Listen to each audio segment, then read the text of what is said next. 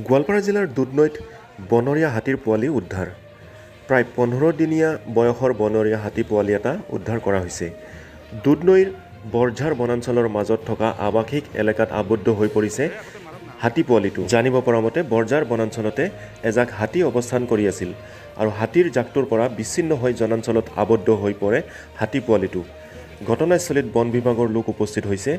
হাতী পোৱালিটোক উদ্ধাৰ কৰি হাতীৰ জাকটোৰ মাজত এৰি দিয়াৰ ব্যৱস্থা কৰাৰ আশ্বাস প্ৰদান কৰিছে বন বিভাগৰ লোকে। কেনেকে আবদ্ধ হ'ল? হাতীটো এতিয়া পুৱা ৰাতি গাঁৱৰ মানুহে, এইখন গাৰোপাৰা গাঁৱৰ মানুহে ক'লে যে ৰাস্তাই পোৱালিটো আহি আছে। আমি সুধিলোঁ যে ডাঙৰ হাতী আছিল নেকি ওচৰে পাজৰে, যে নাই, আমাৰ গাঁৱৰ ৰাস্তাই আহি আছে পোৱালিটো, আমি ৰাইজে ইয়াত আবদ্ধ কৰি ৰাখি থলোঁ। হাতীৰ জাকটো থকা বুলি কৈ আছে ৰাইজে। বয়সটো খুব বেছি 20-25 দিন। 20-25 দিন। এতিয়াতো আমি ভাবিছোঁ যে যিখিনি ঠাইত হাতীৰ জাকটো আছে তাৰে অলপ আশে পাশে লৈ যাওঁ বুলি ভাবিছোঁ।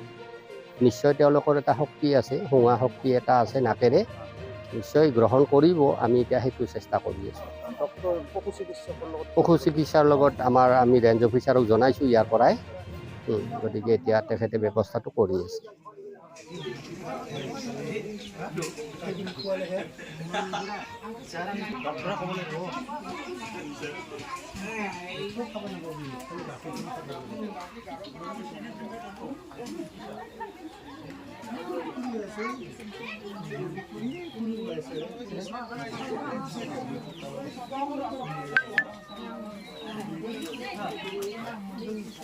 পিয়া লাগি আছে তাৰ বিৰাট।